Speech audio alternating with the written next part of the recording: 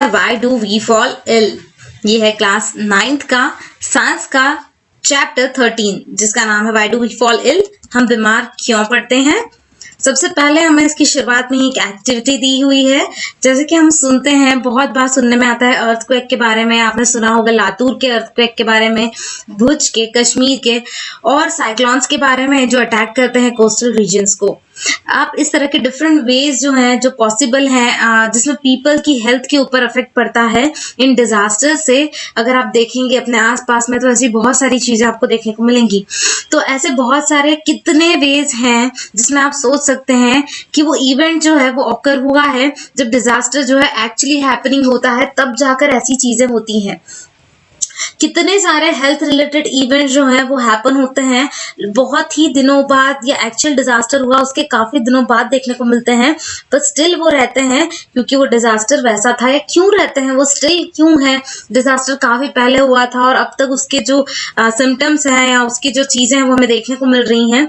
या कैसे हम कह सकते हैं कि एक या कोई इफेक्ट उसके हेल्थ के ऊपर किसी के पड़ता है हेल्थ के ऊपर, और वो फर्स्ट ग्रुप जैसे कि हम देखें फर्स्ट ग्रुप में फॉल होता है और अनदर फॉल जो होते हैं वो सेकंड ग्रुप में फॉल होते हैं। तो ये अलग अलग चीजें किस तरह से हैं वो आज इस चैप्टर में देखेंगे। जैसे कि हम एक्सरसाइज करते हैं तो हम रियलाइज करते हैं, हमें रियलाइज होता है कि हेल्थ और डिसीज जो है ह्यूमन कम्युनिटीज में होते हैं और ये बहुत ही कॉम्प्लेक्स इश्यूज हैं। बहुत सारे इंटरकनेक्टेड कॉजेज इससे रिलेट होते हैं या इंटरकनेक्टेड होते हैं। और हम ये भी रियलाइज करते हैं कि आइडियाज जो है जिसमें हेल्थ और डिसीज दोनों का मतलब जो है, जो दोनों की दोनों चीजें हेल्थ और डिसीज दोनों बहुत ही कॉम्प्लिकेटेड टर्म्स हैं।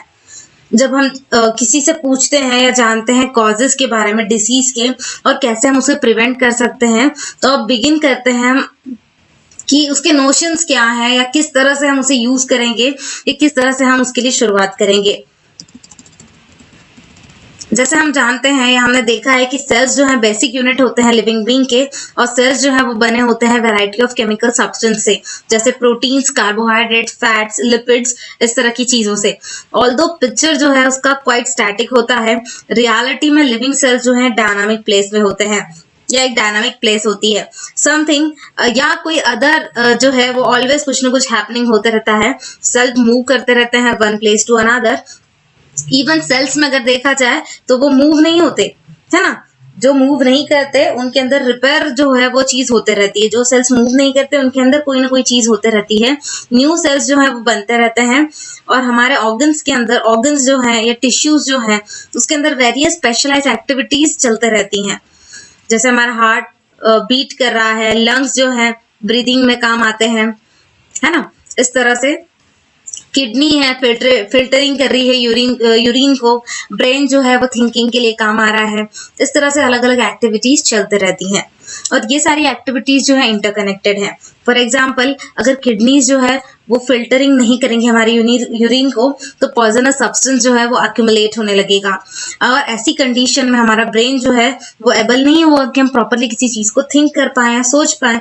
और ये सारी चीजें जो इंटरकनेक्टेड एक्टिविटीज हैं जिसमें एनर्जी और रॉ मटेरियल की जरूरत पड़ती है फ्रॉम आउटसाइड द बॉडी। और अदर वर्ड में बात करें तो फूड सबसे नेसेसिटी है हमारे सेल की या टिश्यूज की फंक्शन परफॉर्म करने के लिए।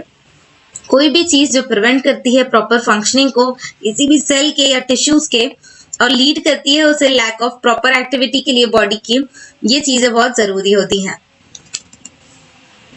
कॉन्टेक्स्ट में देखें तो हम देखेंगे कि किस तरह से नोशंस हेल्थ और डिसीज के बारे में हमें यहाँ पे दिए हुए हैं। सबसे पहले हम देखेंगे 13.1 में health and it's failure, health और उसकी खराबी या फेल्योर कैसे होता है हेल्थ पे। तो द सिग्निफिकेंस ऑफ हेल्थ सबसे पहला पॉइंट है हमारा। जैसे हमने सुना होगा हेल्थ के बारे में, वर्ड हेल्थ भी आपने कई बार सुना होगा, क्वाइट फ्रीक्वेंटली हमारे आसपास बहुत बार सुनने को आपको मिलता है, इसकी हेल्थ खराब है, हेल्थ काफी अच्छी है, इस तरह की चीजें। तो ये अगर हम अपने ऊपर लें एज वेल, हम अपने बारे में भी सोचें, तो जब भी हम देखते हैं my grandmother's health is not good, है ना, और teacher use it when they scold us saying this is not a healthy attitude, है ना। तो हेल्दी वर्ड का यूज या हेल्थ का बहुत बार यूज होता है अगर हम अपने ऊपर लेके देखें तो। अगर हम सोचें कि हम रियलाइज करते हैं कि ऑलवेज इम्प्लाई करना कि आइडियाज बीइंग वेल, है ना, हमेशा ये सोचो कि आप ठीक हो, बीइंग वेल वाला आइडिया आप अपने पास रखना चाहिए। तो हम हमेशा सोचते हैं well being as effective functioning, है ना, अगर आप अच्छे से रहोगे, वेल बीइंग रहोगे तो इफेक्टिव फंक्शनिंग कर पाओगे। हमारे ग्रैंड मदर्स की बात करें तो एबल होते हैं बाहर मार्केट जाने के लिए, नेबर्स को विजिट करने के लिए, क्योंकि वो बीइंग वेल को मानते हैं। And not being able to do such things as poor health, और ऐसी चीजें आप अगर नहीं कर पा रहे हो मतलब आप क्या हो, आपकी हेल्थ पुअर है या आप किसी तरह से बीमार हो। Being interested in following the teaching in the classroom so that we can understand the world is called a healthy attitude, है ना। अगर आप किसी चीज को मैम पढ़ा रही है और उस चीज को समझने लायक है आप हैं, या आपका जो ब्रेन है या आपकी ग्रास्पिंग पावर है वो समझने के काबिल है अगर, तो आपका एटीट्यूड कैसा है, हेल्दी है। अगर आप इस चीज में इंटरेस्टेड नहीं है, समझने के इसमें नहीं है, तो इसके जस्ट अपोजिट आप हैं, मतलब आपका एटीट्यूड हेल्दी नहीं है। हेल्थ इसीलिए कही जाती है कि state of being well enough to function well physically, mentally और सोशली, तीनों तरीके से अच्छे से अगर आप हैं तो आप हेल्दी हैं। हमारा सेकंड पॉइंट है personal and community issue both matter for health. हमारा पर्सनल कम्युनिटी दोनों इश्यूज मैटर करते हैं हेल्थ के लिए। अगर हेल्थ का मीनिंग होता है state of physical, mental and social wellbeing, it can not be something that each one of us can achieve entirely our own, है ना। इसका मतलब ये नहीं है ये तीनों चीजें आपको एक साथ मिल जाएंगी या तीनों चीजें आपके पास होंगी या तीनों आप अचीव कर सकते हैं। Health of all the organisation और ऑर्गेनिजम्स वो डिपेंड किस पे करती है, तो उसके सराउंडिंग पे डिपेंड करती है या उस एनवायरमेंट में डिपेंड करती है जिसमें वो रह रहा है। एनवायरमेंट में इंक्लूड होता है फिजिकल एनवायरमेंट। इसका मतलब for example health at risk in a cyclone in many ways. Health एक रिस्क का टॉपिक है, इश्यू है साइक्लोन में बहुत सारी तरीके से। बट इवन मोर इम्पोर्टेंटली अगर देखें तो ह्यूमन बींग्स जो हैं वो लीव करते हैं सोसाइटीज में, और हमारे सोशल एनवायरनमेंट मतलब इसीलिए बहुत इंपॉर्टेंट फैक्टर होता है हमारे इंडिविजुअल की हेल्थ के लिए। हम विलेजेस में रहते हैं, टाउन्स में रहते हैं, सिटीज में रहते हैं, और ऐसी प्लेसेस पे इवन हमारा फिजिकल एनवायरनमेंट डिसाइड करता है या डिसाइड होता है हमारे सोशल एनवायरनमेंट से। कंसिडर कीजिए कि क्या होगा अगर कोई भी एजेंसी जो है इंश्योरिंग की कि गार्बेज जो है कलेक्टेड किया या डिस्पोज किया जाए, ऐसी कोई एजेंसी ना हो। हाँ, अगर ऐसी चीज ना हो कि आपका जो कचरा है, गार्बेज है, उसको ले जाने वाला, डिस्पोज करने वाला कोई ना हो, तो क्या होगा? What would happen if no one takes responsibility for clearing the drains? अगर नाले जो बोलते हैं हम, तो नदी नाले, गंदे नदी नाले जो होते हैं उन्हें ड्रेन करने का, क्लियर करने का, उन ड्रेन्स को कोई अगर रिस्पॉन्सिबिलिटी ना ले, और वाटर जो है जो कलेक्ट किया जाता है स्ट्रीट्स और ओपन स्पेसेस में, अगर वो कलेक्ट ना किया जाए तो क्या होगा? कभी सोचा है आपने इस बारे में? तो अगर ये जो चीज है ग्रेट डील है गार्बेज थ्रोन के साथ में, मतलब हम जो आउट स्ट्रीट में, मतलब स्ट्रीट्स में जो हम देखते हैं बाहर की तरफ बहुत सारा गार्बेज हम फेंकते हैं, थ्रो कर देते हैं। अगर कोई open drain water laying stagnant हो जाता है, वहां पे ओपन ड्रेन है तो वहां पर आपने गार्बेज डाल दिया तो वाटर क्या हो जाएगा? वहां पे स्टैग्नेंट हो जाएगा जहां पे हम रहते हैं, और वहां पर क्या होगी? पॉसिबिलिटी होगी पुअर हेल्थ इंक्रीजेस की। और इसीलिए पब्लिक क्लीनिनेस बहुत ही इंपॉर्टेंट होता है इंडिविजुअल हेल्थ के लिए। एक्टिविटी 13.2 में आपको कुछ प्रोविजंस फाइंड आउट करने हैं आपकी लोकल अथॉरिटी में, मतलब पंचायत या म्युनिसिपल कॉर्पोरेशन में, जो सप्लाई करते हैं क्लीन ड्रिंकिंग वाटर को।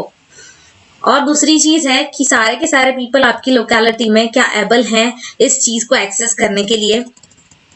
एक्टिविटी 13.3 में आपको फाइंड आउट करना है लोकल अथॉरिटी मैनेजर्स को सॉलिड वेस्ट जो मैनेज करती है, जो जनरेट किया जाता है आपके आसपास या नेबरहुड में, क्या ये मेजर्स एडिक्वेट हैं, और अगर नहीं है तो क्या इंप्रूवमेंट्स हमें करना चाहिए। इसके लिए आप सजेशंस भी आपको देना है। और आपकी फैमिली क्या रिड्यूस करती है अमाउंट ऑफ सॉलिड वेस्ट को जो जनरेट होता है ड्यूरिंग द डे। एक दिन में जितना सॉलिड वेस्ट आप जनरेट करते हैं, क्या आपने कभी कोशिश की है कि उससे कम आप करें या कम जनरेट हो? ये चीजों के, ये सवालों के जवाब आपको इसमें देने हैं एक्टिविटी के रूप में। अब हम आगे बढ़ेंगे तो हमें फूड की जरूरत पड़ती है हेल्थ के लिए, और ये फूड ही है जो हमें अर्न मतलब करने के लिए हेल्प करता है। हम वर्क करते हैं, अर्न करते हैं, तो उससे फूड की वजह से करते हैं। अपॉर्चुनिटी जो है किसी वर्क को करने की, ये अवेलेबल होती है। गुड इकोनॉमिक कंडीशंस, ये जॉब्स जो हैं वो इसीलिए हमें जरूरत है उनकी फॉर इंडिविजुअल हेल्थ। अगर हमको अपनी हेल्थ को मेंटेन रखना है तो सबसे पहले आपको पैसा उसके लिए होना जरूरी है, ताकि आप जो आपका खाना है, बाकी चीजें उसे अच्छे से फुलफिल कर सकें। हमें हैप्पी रहना बहुत जरूरी है in order to be truly healthy. अगर आपको हेल्दी रहना है तो हैप्पी होना बहुत जरूरी है। And if we mistreat each other and afraid of each other, अगर हम एक दूसरे के साथ मिसट्रीट करेंगे, एक दूसरे को गलत तरीके से लेंगे या एक दूसरे से डरेंगे, तो हम हैप्पी और हेल्दी नहीं रह सकते। सोशल इक्वालिटी और हार्मोनी जो है इसलिए बहुत नेसेसरी होती है इंडिविजुअल हेल्थ के लिए। हम बहुत बार सोचते हैं, बहुत सारे ऐसे एग्जाम्पल्स हमें पता है कनेक्शंस के between community issue and individual health के। अब हम नेक्स्ट देखेंगे distinction between healthy and disease free. ये दो अगर आप नाम सुनते हैं तो हमें लगता है कि एक ही चीज है कि अगर कोई पर्सन हेल्दी है मतलब उसे डिसीज नहीं है, या कोई पर्सन डिसीज फ्री है मतलब वो हेल्दी है। तो इसके बारे में हम देखेंगे यहाँ कि क्या डिफरेंस है इनमें। अगर हम कहते हैं कि हेल्दी तो या हेल्थ, तो इसका मतलब क्या होता है, और डिसीज इसका मतलब क्या होता है। तो ये वर्ड एक्चुअली जो है ये सेल्फ एक्सप्लेनेटरी है, जैसे मैंने आपको बताया कि खुद वर्ड ही उसका मीनिंग बता रहा है। डिसीज का मतलब डिस्टर्ब ईज, है ना, आपकी ईज पूरी तरह से डिस्टर्ब हो चुकी है। डिसीज इन other words literally means being uncomfortable. Disease का मतलब अनकंफर्टेबल होना। However the word is used in more limited meaning, बहुत ही लिमिटेड मीनिंग में अगर देखें तो इस तरह से अनकंफर्टेबल कह सकते हैं।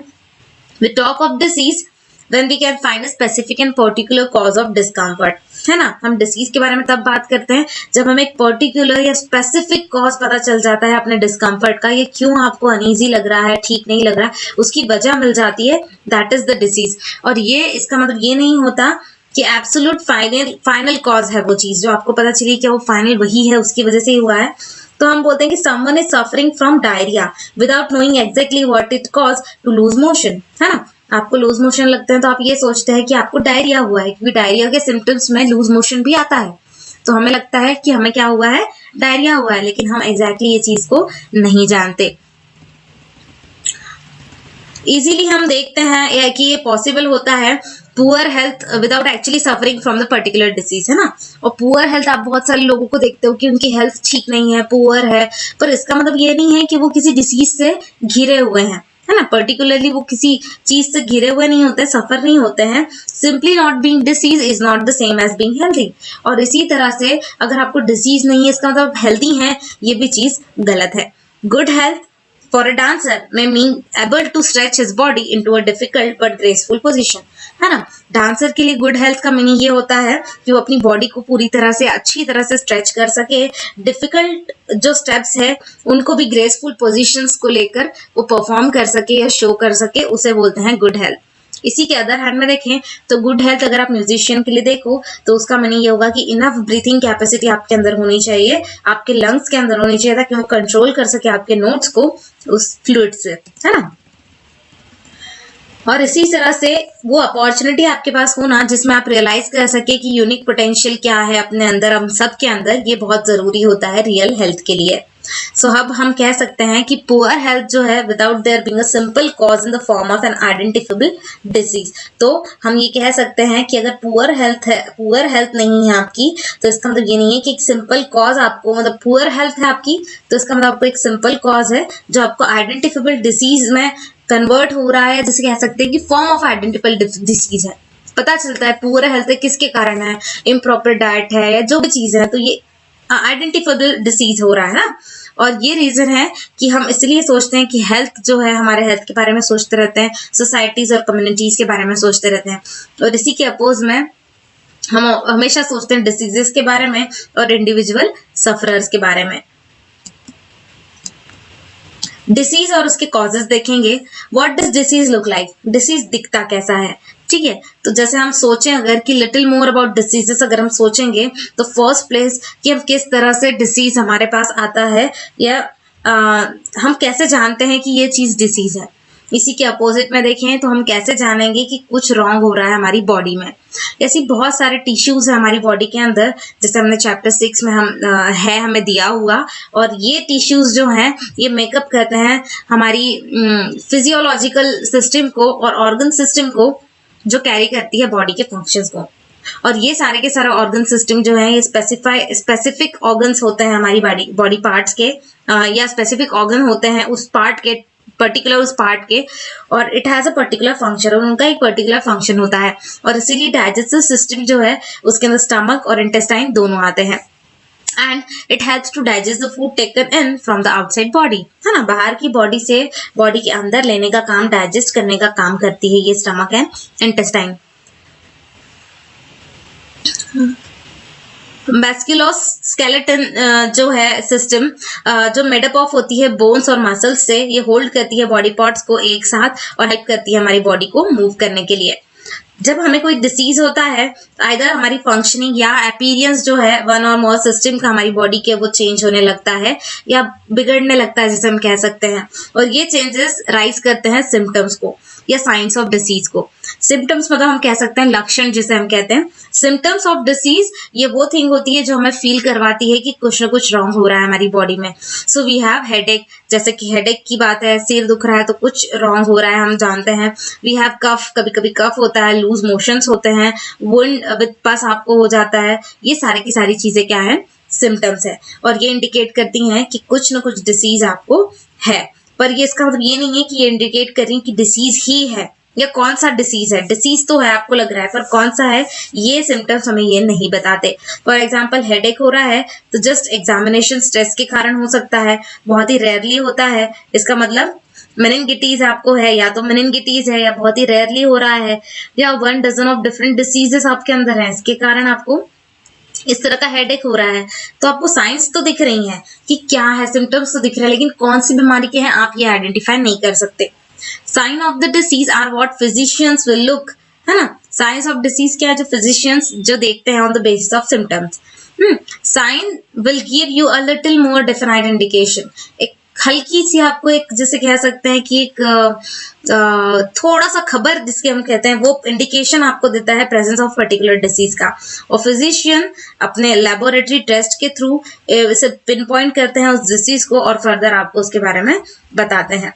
अब हम देखेंगे एक्यूट या क्रोनिक डिसीज। तो मैनिफेस्टेशन ऑफ डिसीज जो है वो डिफरेंट होता है, depend upon the number of factors. One of the most obvious factor जो है वो डिटरमाइन करना कि कितना परसीव कर रहा है ये डिसीज, कितने ड्यूरेशन के लिए, उतने ड्यूरेशन में। कुछ डिसीजेस लास्ट करते हैं only very short period of time के लिए, और इसे एक्यूट डिसीज कहते हैं।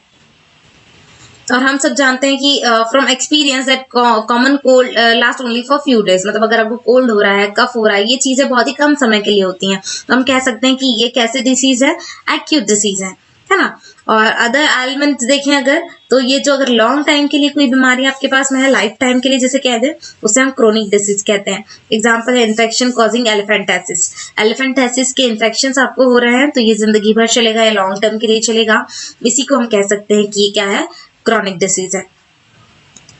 एक्टिविटी 13.4 में सर्वे करना है आपको अपने नेबरहुड का, ताकि आप फाइंड आउट कर सके कि कितने पीपल सफर है एक्यूट डिसीज से लास्ट 3 मंथ्स में। उसके बाद आपको देखना है कितने पीपल डेवलप कर चुके हैं क्रोनिक डिसीज को ड्यूरिंग द सेम पीरियड, वही 3 मंथ में कितने लोगों को क्रोनिक डिसीज के आपको सिम्टम्स देखने को मिल रहे हैं। And finally the total number of people जो सफर हुए हैं क्रोनिक डिसीज से आपके नेबरहुड में।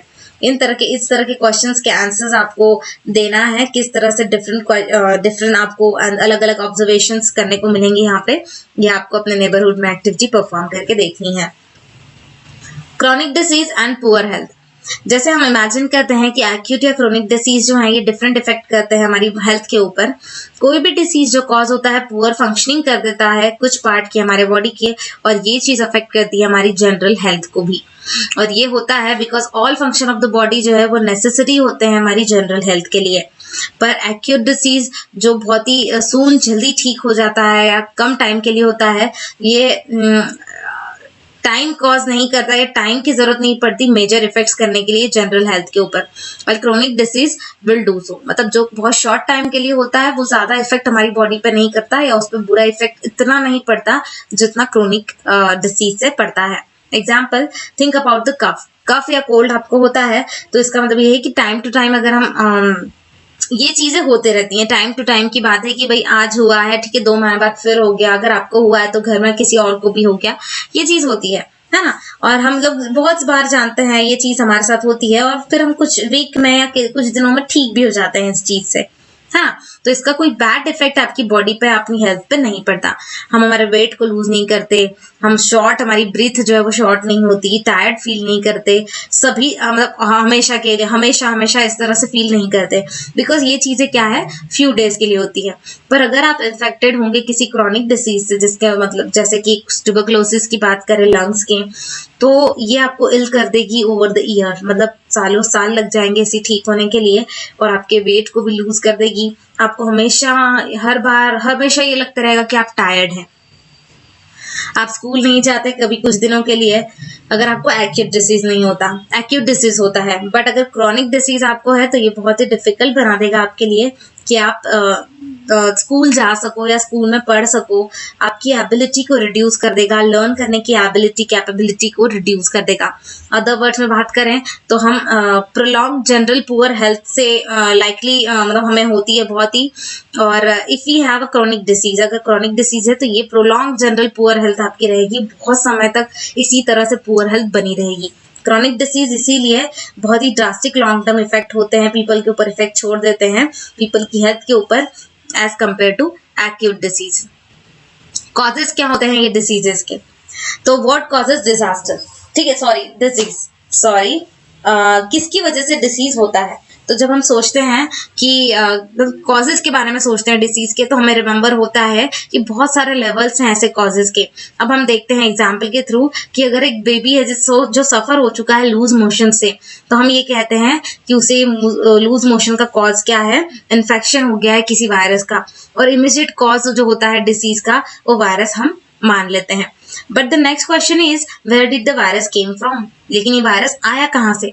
सपोज अगर हम सोचते हैं कि वायरस आया होगा अनक्लीन ड्रिंकिंग वाटर से, पर बहुत सारे बेबीज तो मतलब अनक्लीन ड्रिंकिंग वाटर उन्हें हम कहाँ से देंगे? मतलब बहुत सारे बेबीज जो है अनक्लीन ड्रिंकिंग वाटर लेते हैं, तो वहां से वायरस आ जाता है।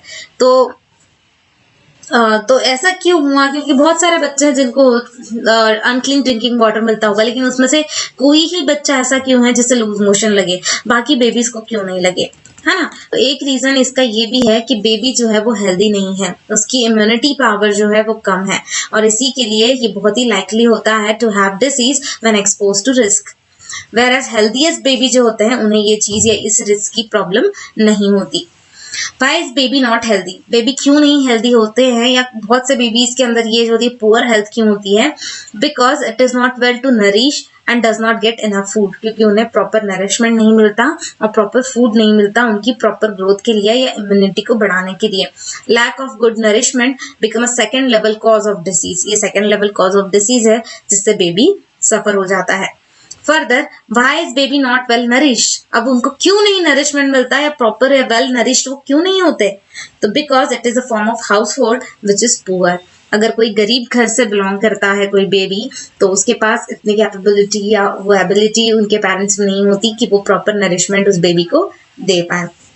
ये भी हो सकता है, या it is also possible that baby has some genetic difference, baby के अंदर कुछ जेनेटिक डिफरेंसेस हैं जो उसे बहुत ही लाइकली सफर कर देते हैं लूज मोशन से जब वो एक्सपोज होता है इस तरह के वायरस से। Without the virus, genetic difference और पुअर नरिशमेंट जो है alone would not lead to loose motion, है ना? सिर्फ ये दो चीजें ही रहे तो लूज मोशन नहीं होगा, but they do not become contributory cause of the disease, है ना? वो दोनों के दोनों contribute, they do become the contributory cause, है ना? मतलब ये कि इन दोनों का साथ अगर मिल जाता है तो लूज मोशन लगेंगे, लेकिन आप सोचो कि सिर्फ ये दो चीजें ही रहे तो लूज मोशन नहीं होता। Why was there is no cleaning drinking water for the baby? क्यों नहीं होता है, क्यों नहीं क्लीन ड्रिंकिंग वाटर बेबी को हम देते हैं?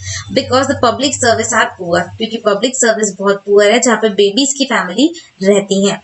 So poverty और lack of public services ये थर्ड लेवल ऑफ कॉज है जो बेबीज के डिसीज के लिए रिस्पॉन्सिबल है। It will now be obvious that all disease will have immediate cause. इसका मतलब ये obvious है कि सारे diseases जो हैं उनके पास immediate cause है और contributory causes भी हैं। Also most of the disease जो हैं उनके पास many causes है rather than one single cause. बहुत सारे diseases तो बहुत सारे cause से बनता है, ना कि single cause की जरूरत, उसमें पहला, first, second and third तीनों cause होते हैं। Next point है हमारा infectious and non-infectious cause। As we all seen, ये इंपॉर्टेंट है कि पब्लिक हेल्थ और कम्युनिटी हेल्थ के ऊपर ध्यान रखना चाहिए, फैक्टर्स पे ध्यान रखना चाहिए, हमारे दिमाग में रखना चाहिए जब भी हम कॉजेज के बारे में सुनते हैं। जब हम देखते हैं अप्रोच, वो अप्रोच पे जाते हैं, आगे बढ़ेंगे, हमें हमेशा इस चीज का ध्यान रखना है। ये बहुत ही यूजफुल होता है कि हम सोचे इस बारे में, इमीडिएट कॉज के बारे में डिसीज के as belonging to 2 distinct type, जैसे कि 2 टाइप के कॉजेज हैं। वन ग्रुप ऑफ कॉज जो है वो इन्फेक्शियस एजेंट्स के थ्रू होता है, मोस्टली माइक्रोब्स या माइक्रो ऑर्गेनिजम्स के थ्रू। और डिसीज जहाँ पर माइक्रोब्स इमीडिएट कॉज फॉर्म करते हैं वो इन्फेक्शियस डिसीज होता है, और ये होता है बिकॉज माइक्रोब जो है वो स्प्रेड करे जाते हैं कम्युनिटी में, है ना, कम्युनिटी में स्प्रेड हो जाते हैं, और डिसीज जो है वो कॉज होता है उनके स्प्रेड होने से। थिंग्स टू पॉन्डर, कौन सी चीजें हमें याद रखनी है कि all the disease spread to people coming in contact with the sick person. हमें ये चीज ध्यान रखनी है कि ज्यादातर डिसीज जो है वो स्प्रेड कैसे होते हैं, अगर हेल्दी पर्सन सिक पर्सन के कांटेक्ट में आएगा, बीमार पर्सन के कांटेक्ट में आएगा तो वो डिसीज उसे लग सकता है।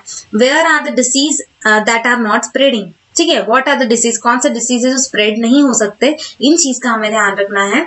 उसके बाद में how would a person develop this disease that don't spread by contact with the sick person, है ना, अगर कोई कांटेक्ट के साथ नहीं हो रहा है, कोई जो बीमारी है या कोई डिसीज है जो कांटेक्ट के थ्रू नहीं हुआ है या स्प्रेड नहीं होता है, तो वो पर्सन के अंदर ये चीज कैसे डेवलप होगी, कांटेक्ट करने के बाद भी वो चीज नहीं फैले, है ना। तो इसी के अपोजिट अगर देखें तो कुछ ऐसे डिसीज हैं जो कॉज होते हैं बाय इन्फेक्शियस एजेंट, मतलब कॉज नहीं होते इन्फेक्शियस एजेंट के थ्रू। देयर केसेस ये कॉज करता है very but not external causes, जैसे माइक्रोब करते हैं वैसे ये स्प्रेड नहीं होता। Instead this are mostly internal और नॉन इन्फेक्शियस कॉजेस होते हैं। फॉर एग्जाम्पल कुछ कैंसर जो है वो कॉज किए जाते हैं जेनेटिक एबनॉर्मलिटीज की वजह से। हाई ब्लड प्रेशर जो है वो कॉज होता है एक्सेसिव वेट या लैक ऑफ एक्सरसाइज की वजह से। आप सोच सकते हैं बहुत सारे अदर डिसीजेस के बारे में जो इमीडिएट कॉज करता है पर इन्फेक्शियस नहीं होता। Peptic ulcer and Nobel prize, ठीक है, for many years everybody used to think that people peptic ulcer which cause acidity related pain and bleeding in the stomach, है ना। तो ये चीज होती है, बहुत सालों से हम जानते हैं इसके बारे में, पेप्टिक अल्सर के बारे में, जिसमें एसिडिटी रिलेटेड पेन आपको होता है और ब्लीडिंग होती है स्टमक के अंदर, पेट के अंदर। ड्यूडेनम जो है बिकॉज ऑफ लाइफस्टाइल रीजन, हमारे लाइफस्टाइल या हमारे रहन सहन की वजह से ये चीज होती है। Everybody thought that a stressful life led to a lot of acid secretion in the stomach. अगर स्ट्रेसफुल लाइफ आपकी है तो इसका मतलब ये सोचते हैं सब लोग कि एसिड सिक्रीशन आपकी स्टमक में इसके कारण ज्यादा होता है, और इसी के कारण कॉज होता है पेप्टिक अल्सर।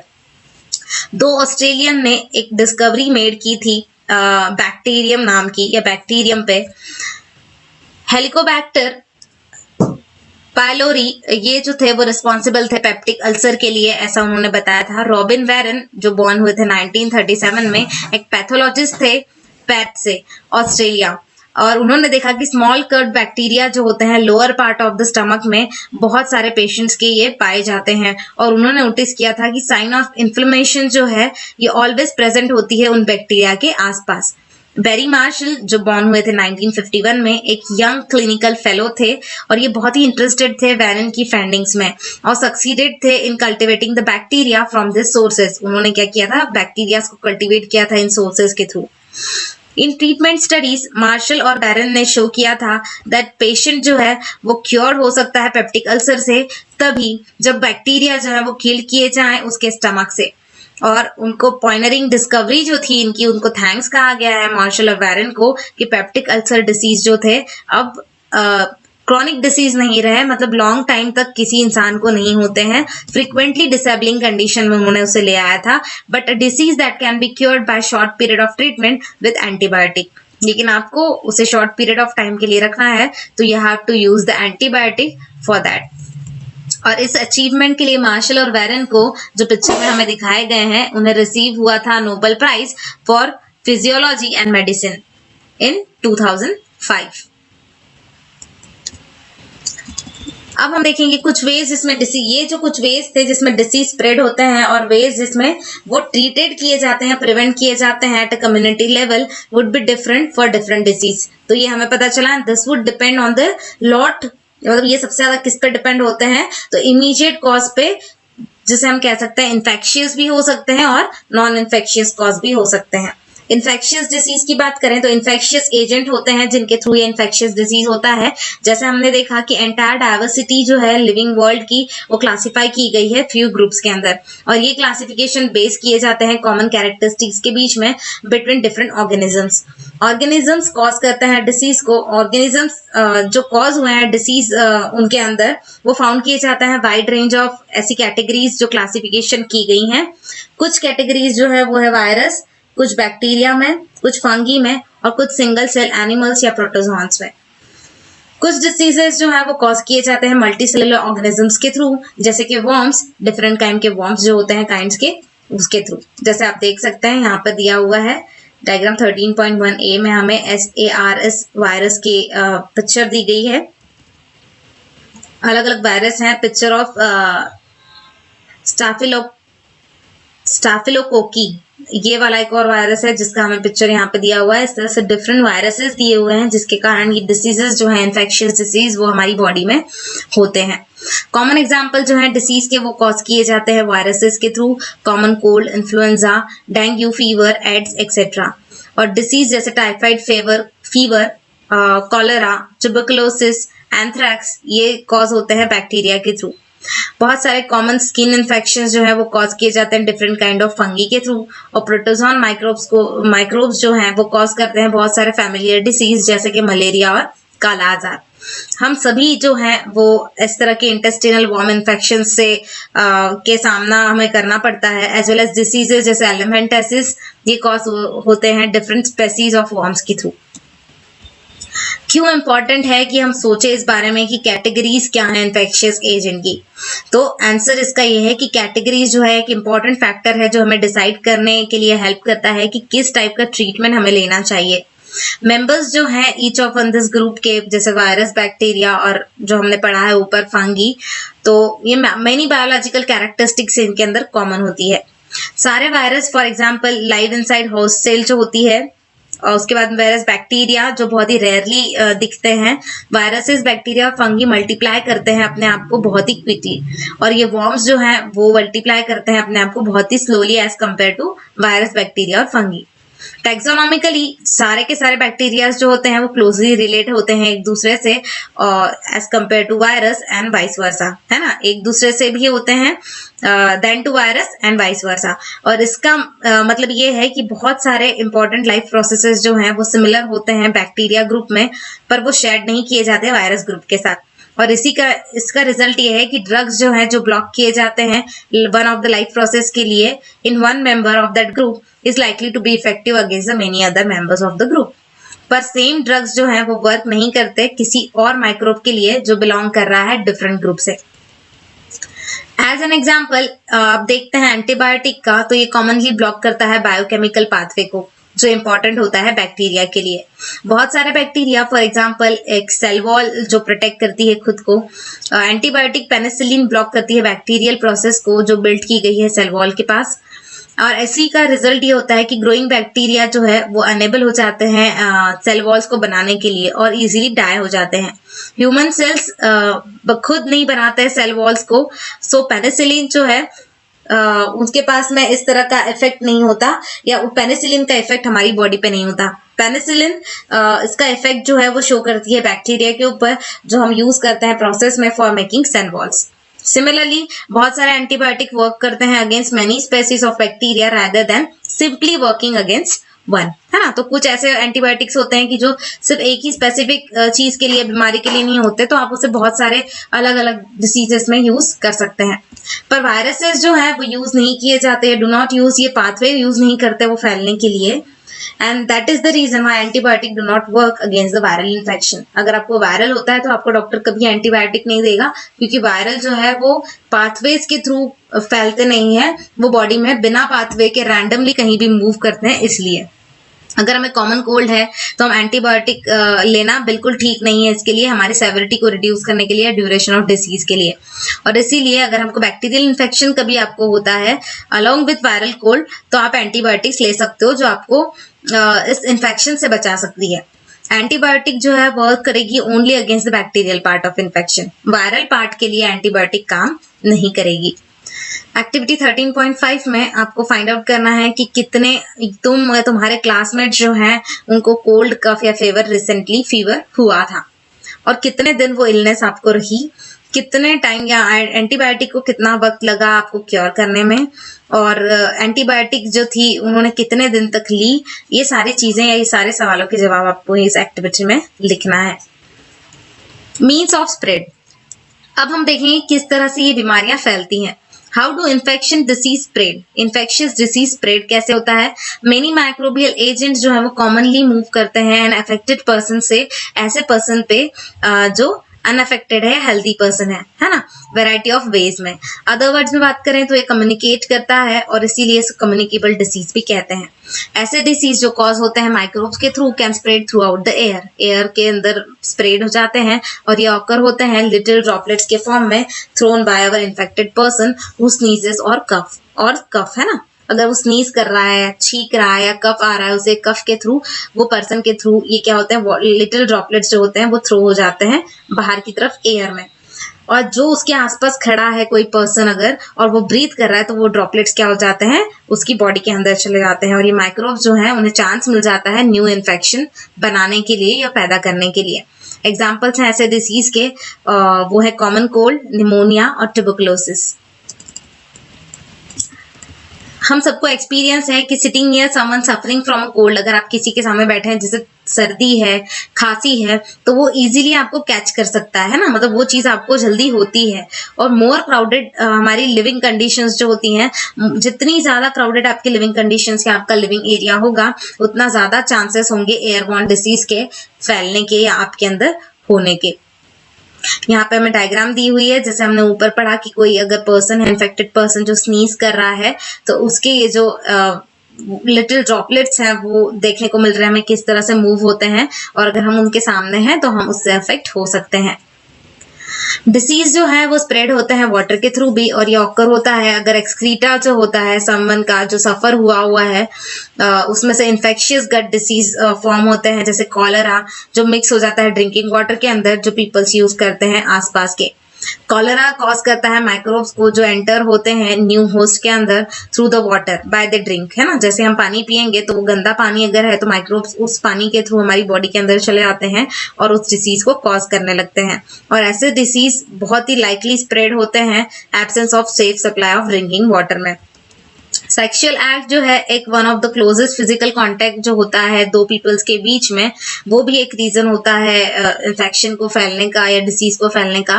नॉट सरप्राइजिंगली कि माइक्रोबियल डिसीज जो है जैसे कि साइफिलिस या एड्स जो है ये ट्रांसमिट किए जाते हैं सेक्सुअल कांटेक्ट के through from one partner to another. और इसीलिए ऐसे सेक्सुअली ट्रांसमिटेड डिसीज जो हैं ये स्प्रेड नहीं होते कैजुअल फिजिकल कांटेक्ट से, लेकिन सेक्सुअली ये होते हैं।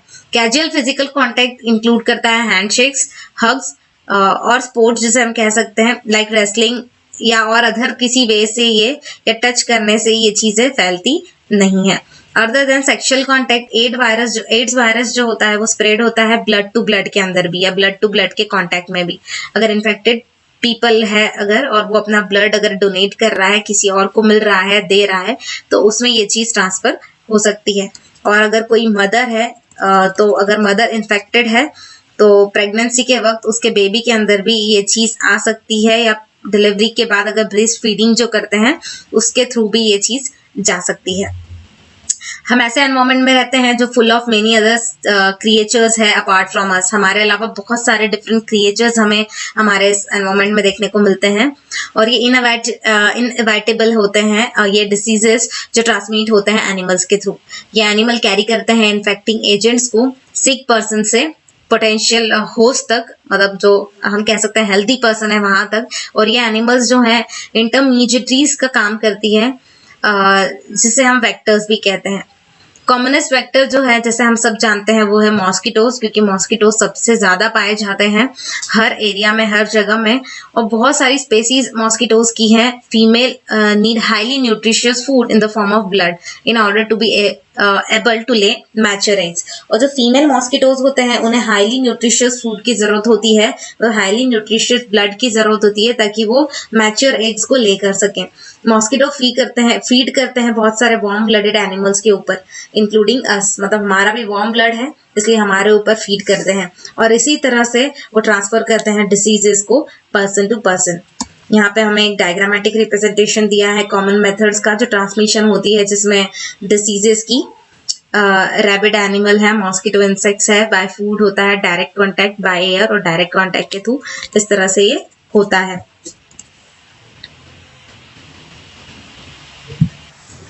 अब हम देखेंगे हमारा नेक्स्ट पॉइंट जो है organ specific and tissue specific manifestations.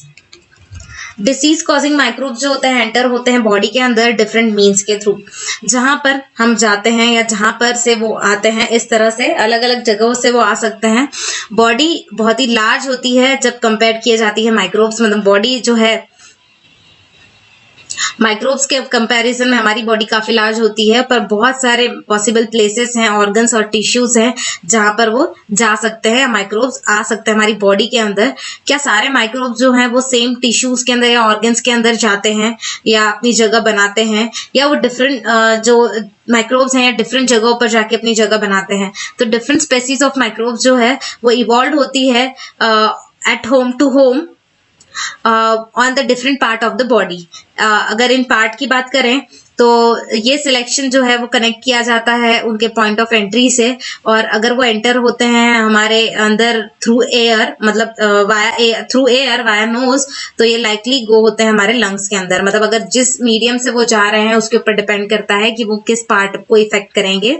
और ये सीन किया गया है बैक्टीरिया कॉजिंग ट्यूबरक्लोसिस के अंदर। If they enter through the mouth, अगर वो माउथ से हो रहे हैं तो वो स्टे रहेंगे हमारे गट लिनिंग के अंदर लाइक टाइफाइड कॉजिंग बैक्टीरिया।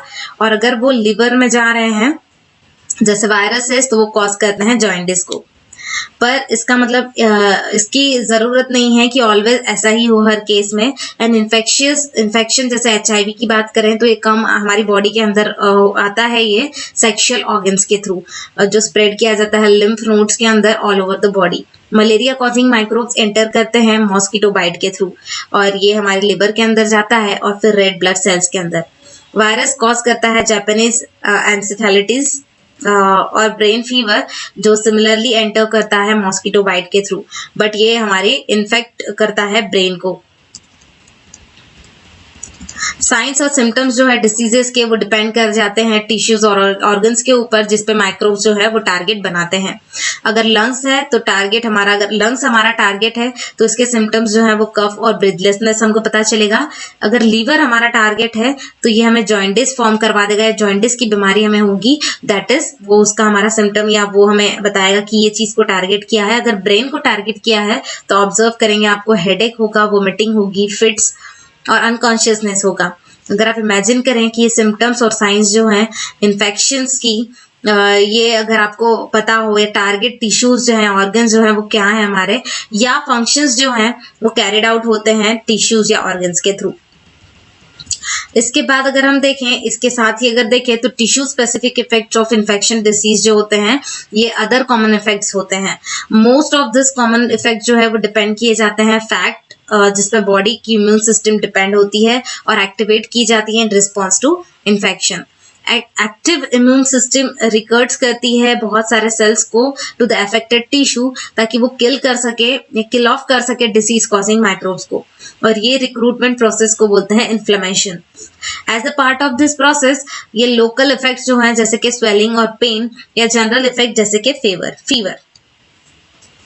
कुछ केसेस में टिश्यू स्पेसिफिसिटी होती जो है इन्फेक्शन की वो लीड करती है बहुत ही जनरल सीमिंग इफेक्ट्स को। फॉर एग्जांपल HIV इन्फेक्शन की बात करें तो वायरस जो है वो डायरेक्ट हमारे इम्यून सिस्टम में जाते हैं और डैमेज कर देते हैं उसके फंक्शंस को, और इसीलिए बहुत सारे इफेक्ट जो है HIV एड्स के वो बिकॉज ऑफ बॉडी जो नो लॉन्गर मतलब फाइट नहीं कर सकती है, उसकी इम्यून सिस्टम पूरी तरह से खत्म हो जाती है, तो वो बहुत सारे माइनर इन्फेक्शन से भी फेस नहीं कर पाती या फाइट नहीं कर पाती। एवरीडे के जो हमारे नेचुरल या जिसे हम कह सकते हैं जनरल चीजें होती है उससे भी लड़ नहीं पाती। Instead every small cold can become pneumonia, लेकिन एक स्मॉल कोल्ड भी अगर ऐसे इंसान को हो जाए तो उसे वो निमोनिया कंसिडर हो जाएगा, क्योंकि वो उसकी इम्यून सिस्टम जो है उस स्मॉल कोल्ड को सहन नहीं कर पा रही, हम ये कह सकते हैं। सिमिलरली माइनर गट इन्फेक्शन जो होता है वो प्रोड्यूस कर सकता है मेजर डायरिया को विद ब्लड लॉस। अल्टीमेटली ये अदर इन्फेक्शंस हैं जो किल करते हैं पीपल को जो सफर हो चुके हैं HIV एड्स से। ये बहुत इंपॉर्टेंट है याद रखना या रिमेंबर रखना कि सेवरिटी ऑफ डिसीज जो है, डिसीज मैनिफेस्टेशन वो डिपेंड होता है नंबर ऑफ माइक्रोब्स के ऊपर हमारी बॉडी में। अगर नंबर ऑफ माइक्रोब्स जो है बहुत ही स्मॉल होंगे तो डिसीज मैनिफेस्टेशन जो है वो भी माइनर और अननोटिस होगा। बट अगर नंबर जो है वो सेम माइक्रोब्स के मतलब माइक्रोब लार्ज हो गए तो डिसीज कैन बी सीवियर। मतलब नंबर तो सेम है लेकिन माइक्रोब्स कैसे हैं, बड़े बड़े हैं, तो डिसीज आपका बहुत ही सीवियर हो सकता है लाइफ थ्रेटनिंग के लिए। इम्यून सिस्टम आपकी मेजर फैक्टर होती है जो डिटरमाइन करती है नंबर ऑफ माइक्रोब्स को सर्वाइविंग के लिए हमारी बॉडी के। हमें इस एस्पेक्ट के ऊपर देखना चाहिए और हम देखेंगे इसके बारे में अगले चैप्टर में। 13.3.4 में प्रिंसिपल ऑफ ट्रीटमेंट हम देखेंगे क्या क्या है। तो what are the steps taken to your family when you fall sick. आप कौन सी स्टेप्स लेना चाहिए या लेते हैं? क्या आपने कभी सोचा है कि कभी कभी आप बेटर फील करते हैं या कुछ समय सोने के बाद में आपको बहुत ही अच्छा या फ्रेश महसूस होता है, तो ये क्यों होता है और ये ट्रीटमेंट जो है इन्वॉल्व क्यों करता है, मेडिसिन क्यों होती है या ये चीजें क्यों दी जाती हैं हमें। तो बेस अगर इन चीजों से कि हमने जो पढ़ा उसके बेस पे अगर देखें तो इट वुड अपीयर कि there are 2 ways to treat infectious disease. 2 ways हैं। पहला तो ये कि आप रिड्यूस कर दो उसके इफेक्ट को, उस डिसीज के इफेक्ट को, और अदर जो हमारा है वो या तो आप किल कर दो उसके कॉज को। तो पहली की बात करें अगर तो हम प्रोवाइड कर सकते हैं ट्रीटमेंट को जो रिड्यूस करता सकता है उसके सिम्टम्स को, और इस symptoms usually become a inflammation, है ना, बिकॉज ऑफ इन्फ्लेमेशन की वजह से हुए हैं। तो फॉर एग्जाम्पल आप मेडिसिन ले सकते हैं जो ब्रिंग डाउन करेगी आपके फीवर को, रिड्यूस करेगी पेन को और लूज मोशंस को। आप बेड रेस्ट ले सकते हैं, टोटल बेड रेस्ट ले सकते हैं ताकि आपको कंजर्व कर सकें, आप अपनी एनर्जी को खत्म होने से बचा सकें। और ये अनेबल करता है हमको बहुत सारे अवेलेबल मतलब जो चीजें हैं more of it available to focus on healing, है ना। तो वो हमारे उस चीज पे ध्यान हमारा भटका देगा कि हमें इस चीज से हील करना है, हीलिंग प्रोसेस हमें फोकस करनी है। पर इस टाइप के सिम्टम्स डायरेक्ट किए जाते हैं ट्रीटमेंट के थ्रू इटसेल्फ, और ये मेक नहीं करते इन्फेक्टिंग माइक्रोब्स को कि वो इधर उधर जाएं, and disease will not be cured. और इससे डिसीज क्या होता है, क्योर्ड नहीं हो पाता। और for that we need to be able to kill off the microbes. इससे क्या हो रहा है, जो हमने पहले वाला ट्रीटमेंट लिया है इससे माइक्रोब्स अपनी ही जगह पर रुक गए हैं, उनके सिम्टम्स कम हो गए, लेकिन वो वहां से फिनिश नहीं हुए। तो उन्हें फिनिश करने के लिए उन्हें किल करना जरूरी है। तो हम माइक्रोब्स को किल कैसे कर सकते हैं? तो या तो आप मेडिसिन का यूज कीजिए किल करने के लिए माइक्रोब्स को, या अर्लियर जैसे हमने देखा कि माइक्रोब्स जो है क्लासिफाई किए जाते हैं डिफरेंट कैटेगरीज में, जैसे वायरस, बैक्टीरिया, फंगी और प्रोटोजोआ। तो ये ईच ऑफ दिस ग्रुप जो है ऑर्गेनिज्म के, इनके सम एसेंशियल बायोकेमिकल लाइफ प्रोसेस है जो पिक्यूलियर होती है उस पर्टिकुलर ग्रुप के लिए, और ये शेयर करी जाती है अदर ग्रुप्स के साथ। तो ये प्रोसेस जो है मे बी पाथवेज जो होते हैं for synthesising a new substance और रेस्पिरेशन, इसे आपको क्या करना है, इस प्रोसेस को परफॉर्म यहाँ पर करना है। ये पाथवेज जो है ये यूज नहीं किए जा सकते हमारे थ्रू, मतलब हम यूज नहीं कर सकते। फॉर एग्जाम्पल हमारे सेल्स जो हैं वो न्यू सब्सटेंस फॉर्म करते हैं मैकेनिज्म से different from that use by bacteria, और हम जानते हैं कि ड्रग जो है वो ब्लॉक कर देता है बैक्टीरियल सिंथेसिस पाथवे को विदाउट अफेक्टिंग आवर ओन। और इसी के कारण दैट इज व्हाट कि अचीव कर सकते हैं हम एंटीबायोटिक्स को जो फैमिलियर होती है, हम जिससे फैमिलियर होते हैं वैसी चीजों को हम यूज करें, वैसी एंटीबायोटिक्स को यूज करें ताकि वो उस पाथवे को रोक सके। Similarly there are drugs that kill protozoa. Protozoa को किल करने के लिए भी ड्रग्स होते हैं जैसे मलेरियल पैरासाइट। एक रीजन है कि क्यों हम एंटीवायरल मेडिसिन बनाते हैं जो हार्डर होती हैं बनाना, एंटीवायरल मेडिसिन हार्डर होती हैं as compare to antibacterial medicine, है ना। तो वायरसेस जो है फ्यू बायोकेमिकल मैकेनिज्म उनका खुद का अपना होता है इसलिए, और वो एंटर करते हैं सेल के अंदर और यूज करते हैं मशीनरीज को उनकी लाइफ प्रोसेसेस के लिए। और इसका मतलब ये है कि उनके relatively few virus specific targets होते हैं जिसे हम एम कर सके, टारगेट कर सके हमारे एम की तरफ। डिस्पाइट दिस लिमिटेशन कुछ न्यू इफेक्टिव एंटीवायरल ड्रग्स भी हैं। For example the drugs that keep HIV infection under control.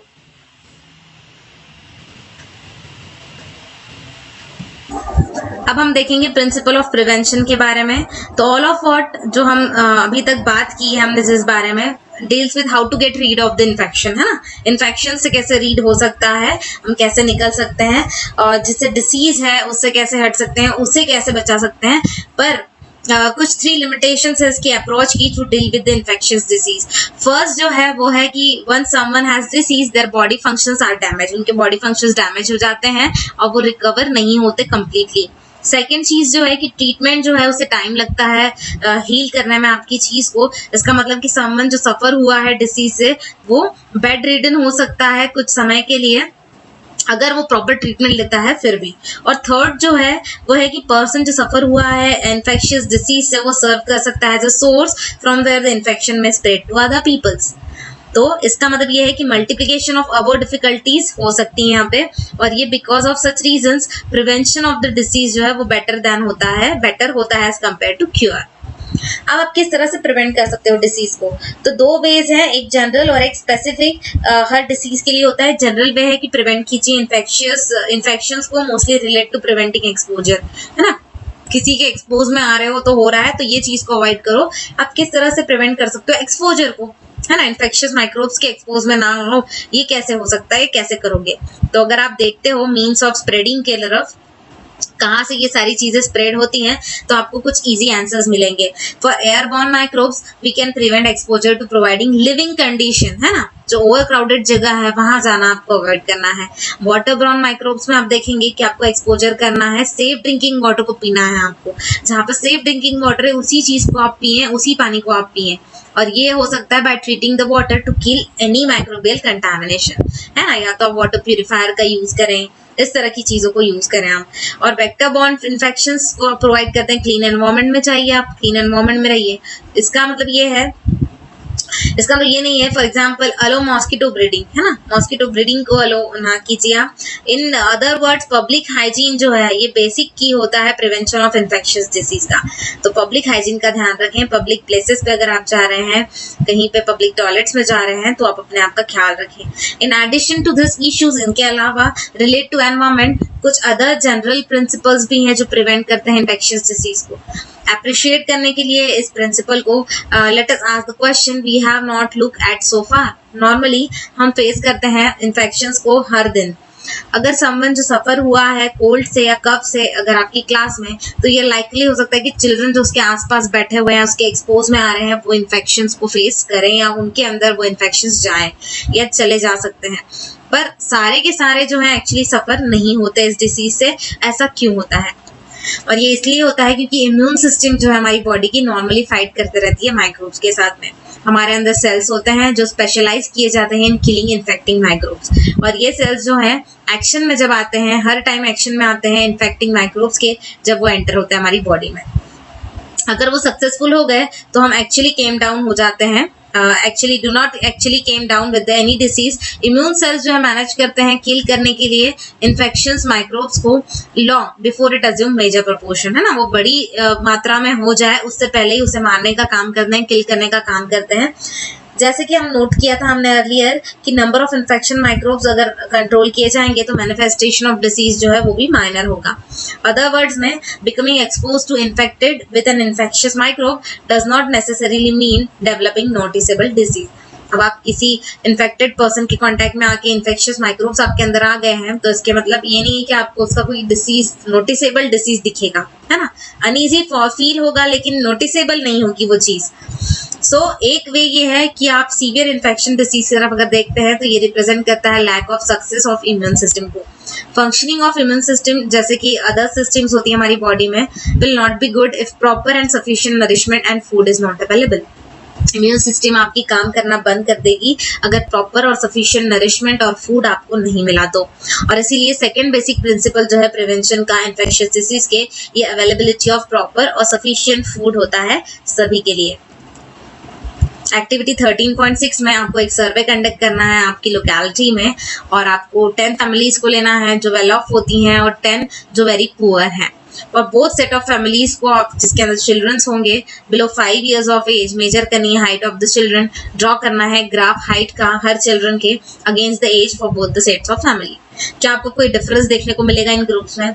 अगर कोई डिफरेंस नहीं है तो क्या आपको लगता है कि आपके फाइंडिंग्स का मतलब क्या है? या वेल ऑफ या पुअर जो है उनके बीच में कोई मैटर नहीं करता हेल्थ का, कोई पुअर या रिच है उनके बीच में मैटर नहीं करती हेल्थ। हाँ, मतलब डिफरेंस आपको ना देखने को मिले तो क्या बात है।